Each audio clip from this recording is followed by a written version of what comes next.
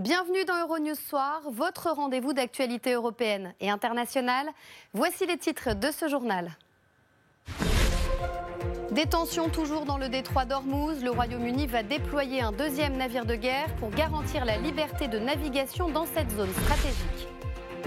Dans l'actualité également, cette série de révélations sur les dépenses fastueuses de François de Rugy. Le ministre français de la Transition écologique dénonce des mensonges.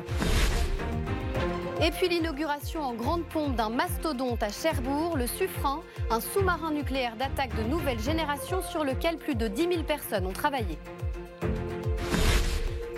On terminera ce journal avec le feuilleton autour du transfert d'Antoine Griezmann de l'Atlético Madrid au FC Barcelone. L'attaquant français a signé avec le Barça, mais le club madrilène réclame plus d'argent. Je vous le disais en titre, face aux tensions grandissantes dans le détroit d'Ormuz, le Royaume-Uni va accroître sa présence militaire. Il va déployer un deuxième navire de guerre pour garantir la liberté de navigation. Les explications de Johan Giametta d'Angelo. Alors qu'un deuxième navire de guerre britannique a été déployé vers la région du Golfe, le Royaume-Uni se retrouve coincé dans une impasse. Le gouvernement assure ne pas vouloir d'escalade avec l'Iran, mais il reconnaît avoir des discussions avec les États-Unis pour renforcer leur présence militaire dans la région. L'arraisonnement d'un pétrolier iranien cette semaine, au large de Gibraltar par des marines britanniques, est à l'origine de ces tensions. Le Premier ministre de Gibraltar affirme que le cargo iranien viole les sanctions européennes contre la Syrie. Des examens ont confirmé que le pétrolier contient au moins 2 millions de barils de pétrole brut léger. Nous ne permettrons pas que Gibraltar soit complice, sciemment ou non, des violations des sanctions de l'Union européenne ou d'autres règlements fixés par nos lois. En réponse, Téhéran menace de riposter et se défend de toute violation des sanctions de l'UE contre la Syrie de Bachar el-Assad. Les sanctions de l'Union européenne visent à empêcher l'Europe d'acheter du pétrole syrien. Elles n'empêchent pas un autre pays de vendre du pétrole à la Syrie. C'est donc une excuse très puérile de la part des Britanniques. Ils devraient annoncer officiellement qu'ils sont les serviteurs de l'Amérique et qu'ils agissent en son nom. Les États-Unis leur ont bien rendu l'appareil en insultant leur ambassadeur et leur première ministre. Mercredi, la marine militaire iranienne avait tenté d'empêcher un pétrolier britannique de franchir le détroit d'Ormuz avant qu'un navire de guerre envoyé par Londres vienne à sa rescousse. Partons maintenant aux États-Unis. Une vaste opération d'expulsion de migrants sans papier va débuter ce week-end. Les associations se mobilisent pour sensibiliser ces populations sur leurs droits. Ethan Hadji. Elle pourrait être menée par l'administration américaine dès dimanche, une vaste opération d'arrestation et d'expulsion de clandestins. C'est une révélation du New York Times. Ces raids de la police de l'immigration devraient viser 2000 familles dans une dizaine de villes du pays. Les associations se mobilisent dans l'urgence pour sensibiliser les migrants sur leurs droits. Si la police de l'immigration vient chez vous, rappelez-vous qu'elle ne peut entrer sans un mandat d'arrêt. Et même si elle a un mandat, n'ouvrez pas la porte. Sont concernées par ces expulsions les familles ayant un membre en situation irrégulière. Les responsables démocrates dénoncent une opération cruelle et exhortent les autorités à ne pas séparer les enfants de leurs parents. Les familles doivent rester ensemble. Tout le monde a des droits aux États-Unis. Ces familles qui travaillent durement sont des membres de nos communautés et de notre pays. Cette opération brutale va terroriser les enfants et séparer des familles. Selon le quotidien américain, les clandestins visés sont arrivés récemment aux États-Unis. Ils ont en majorité déposé leur dossier de régularisation fin 2018 avant de recevoir un avis d'expulsion 2 mois après. Cette vague d'arrestations a été annoncée le 21 juin par Donald Trump. Son objectif, mettre la pression sur le Congrès pour trouver un compromis sur les mesures de sécurité à la frontière avec le Mexique. Venons-en à ces révélations sur des dépenses fastueuses du ministre français de la Transition écologique, François de Rugy. Il a réagi ce matin à ce qu'il qualifie de mensonge. Il s'est dit très en colère et a annoncé qu'il ne démissionnerait pas. Audrey Tilve. François de Rugy ne partira pas. Pris dans une tourmente médiatique qui embarrasse l'exécutif français, le ministre de la Transition écologique s'est défendu dans une interview. Alors qu'il fait l'objet depuis mercredi de révélations en cascade lancées par le site Mediapart, il a répliqué notamment concernant l'appartement qu'il loue près de Nantes. François de Rugy assure n'avoir jamais su qu'il s'agissait d'un logement à loyer social préférentiel. Non, je n'ai absolument pas de raison de démissionner. Je l'ai dit au Premier ministre qui ne me l'a absolument pas demandé, d'ailleurs. Y avez-vous pensé ? Forcément, on peut penser à en fait tout abandonner, je vais vous dire. Quand on est dans ce cas-là, quand on est attaqué matin, midi et soir, que tous les jours sortent des nouvelles choses qui sont fausses, eh bien évidemment, on peut avoir envie de rester chez soi. On peut avoir envie de lâcher prise. Mais je ne le ferai pas, car je suis très en colère. Quand je lis un article qui prétend que j'occupe un logement social, jamais de toute ma vie je n'ai demandé un logement social. Selon Mediapart, François de Rugy aurait organisé une dizaine de dîners fastueux à l'Assemblée nationale alors qu'il en était le président. Il aurait aussi réalisé des travaux dans son logement de fonction avec des fonds publics pour un montant de 63 000 €, travaux qu'il justifie par la nécessité de rénover régulièrement ce bâtiment. Mediapart a par ailleurs épinglé sa directrice de cabinet pour un logement HLM à Paris qu'elle aurait conservé alors qu'elle n'habitait plus la capitale. Le ministre d'État sous pression s'en est séparé, mais cela ne suffit pas, les appels à la démission se multipliant. Alors que l'exécutif cherche à éviter une nouvelle polémique dévastatrice 1 an après le déclenchement de l'affaire Benalla, François de Rugy s'est engagé à rembourser chaque euro contesté.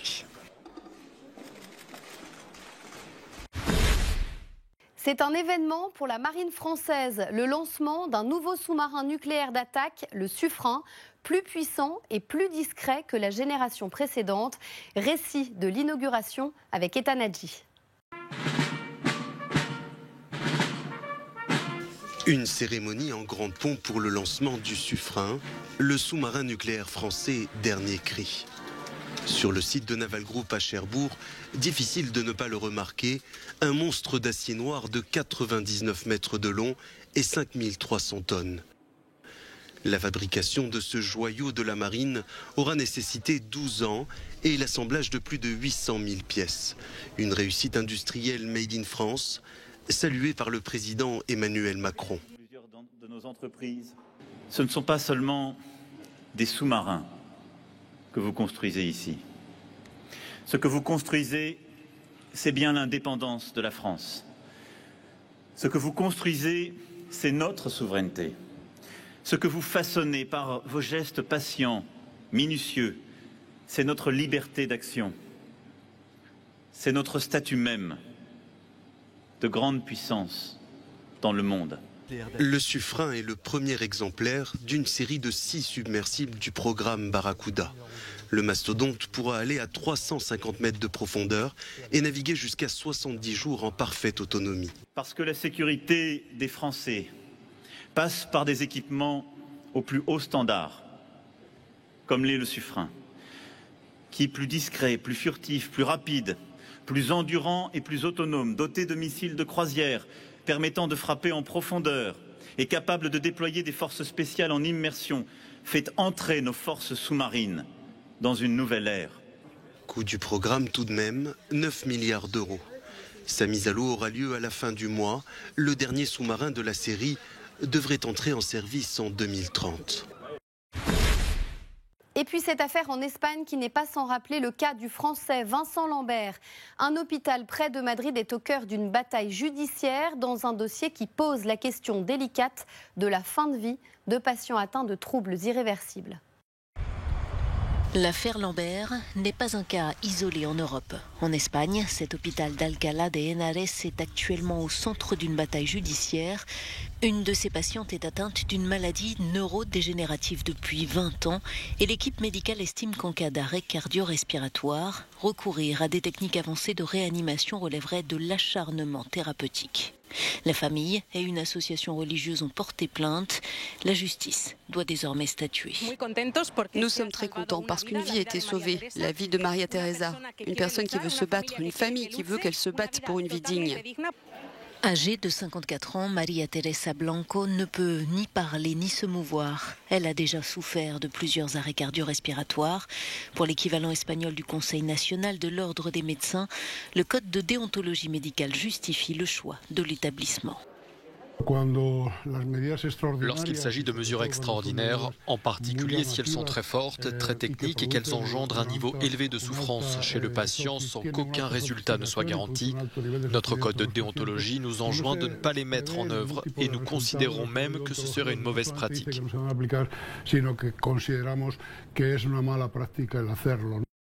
En Espagne, le débat sur la légalisation de l'euthanasie a été rouvert avec la mort de María José Carrasco. Atteinte de sclérose en plaques depuis 30 ans, elle avait demandé à de nombreuses reprises à son mari de l'aider à mourir. Il lui a administré un barbiturique en avril dernier et risque aujourd'hui jusqu'à 10 ans de prison. 24 ans après le massacre de Srebrenica, ces familles vont enfin pouvoir trouver la paix. Les corps de 33 victimes récemment identifiées ont pu être inhumés. Audrey Tilve. Comme chaque année, ils sont venus se recueillir au mémorial de Srebrenica pour ne pas oublier l'innommable. Srebrenica, pire massacre en Europe depuis la Seconde Guerre mondiale. 8000 musulmans bosniaques exécutés par l'armée serbe. 24 ans après, 33 victimes récemment identifiées ont été inhumées. Je me souviens de chaque moment. Je me souviens qu'il nous a quittés, il m'a fait monter dans le bus et je ne l'ai plus revu. Ces semaines d'attente sont devenues une éternité. Si 24 ans après, des victimes sont encore identifiées, c'est parce que de nombreuses dépouilles ont été ensevelies dans des fosses communes. Reconstituer les squelettes et identifier les disparus est un travail de longue haleine. J'ai passé 24 ans à chercher son corps et je n'ai trouvé qu'un ossement. Mais aujourd'hui, ma famille et moi-même avons enfin trouvé la paix ici. Ses sœurs et ses enfants sont venus pour cela. Entre le 11 et le 17 juillet, dans cette enclave alors censée être sous la protection des Nations Unies, les forces serbes rassemblèrent les hommes et les garçons de Srebrenica pour les supprimer méthodiquement. L'ordonnateur du massacre, Radovan Karadzic, a été condamné à la prison à vie en mars dernier. Un mot de sport avec le début d'une bataille juridique entre le FC Barcelone et l'Atlético Madrid autour du transfert de l'attaquant français Antoine Griezmann. Les précisions d'Olivier Perrin. Antoine Griezmann va-t-il désormais jouer sous les couleurs du FC Barcelone? Cela semble plutôt bien engagé. Le Barça a officialisé ce vendredi le transfert de l'attaquant français. Sauf que le club actuel de Griezmann, l'Atlético Madrid, dénonce les modalités du transfert. Explication. Le Français est sous contrat avec l'Atlético jusqu'en 2023. Pour qu'il puisse partir, le club acquéreur doit verser une clause libératoire. Le FC Barcelone a donc payé 120 millions d'euros. Mais voilà, l'Atlético affirme que ce n'est pas suffisant et réclame 200 millions d'euros. Cela retarde donc un transfert qui semble pourtant inéluctable. L'attaquant souhaite depuis longtemps donner une nouvelle dimension à sa carrière. Et le Barça lorgne sur Griezmann depuis l'année dernière. Le champion du monde français est âgé de 28 ans. Sous les couleurs du FC Barcelone, il jouera aux côtés d'autres stars, notamment l'Argentin Lionel Messi. Tu es phénoménal, mon ami. Allez, on part à Londres pour terminer ce journal avec une exposition de l'artiste dano-islandais Olafur Eliasson. Ici, vous pourrez toucher les œuvres et questionner votre rapport à la nature et au changement climatique. Visite guidée avec Maxime Bios-Duplan. Une grande rétrospective d'Olafur Eliasson à la Tate Modern de Londres. In Real Life invite les visiteurs à toucher et interagir avec des œuvres qui parlent souvent de changement climatique. L'artiste dano-islandais met ainsi en tension les éléments naturels, le bois, le feu, la lumière et l'eau. Quand j'ai appelé cette exposition In Real Life, je voulais suggérer quelque chose. D'abord, lorsque vous entrez dans un musée, vous ne sortez pas du monde réel pour entrer dans une sorte de monde de rêve. Vous vous approchez encore plus. C'est comme voir la réalité en haute définition, dans une granularité supérieure. À voir notamment cette série de 42 photos de glaciers islandais en voie de disparition. Des photos prises il y a 20 ans. Cette année, Eliasson veut y retourner et faire les mêmes images. Un procédé très simplement démonstratif. est destiné à interroger les visiteurs sur leur contribution à la protection de notre climat. Je pense que c'est ce que l'art a toujours traité, les questions d'identité et d'existentialisme, non ? À savoir, suis-je dans le monde, suis-je en dehors du monde ? Je pense que vous êtes dans la vraie vie et que vous n'avez pas vraiment d'autre choix que d'agir en conséquence. L'une des œuvres phares de l'exposition, c'est un mur de 20 mètres entièrement recouvert de lichen scandinave, une mousse naturelle douce et tendre, histoire de convoquer le plaisir dans la lutte pour l'environnement. Il pense que parfois l'urgence climatique n'est communiquée qu'à travers un discours de peur. Il veut changer notre façon de penser en parlant de plaisir et d'amour. Par exemple, qu'est-ce que j'aime dans ce monde et pourquoi devrais-je m'en soucier ? In Real Life de Lafur Eliasson est à voir à la Tate Modern à Londres jusqu'en janvier.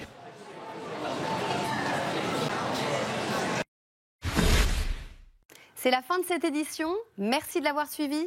Passez un excellent week-end. À lundi.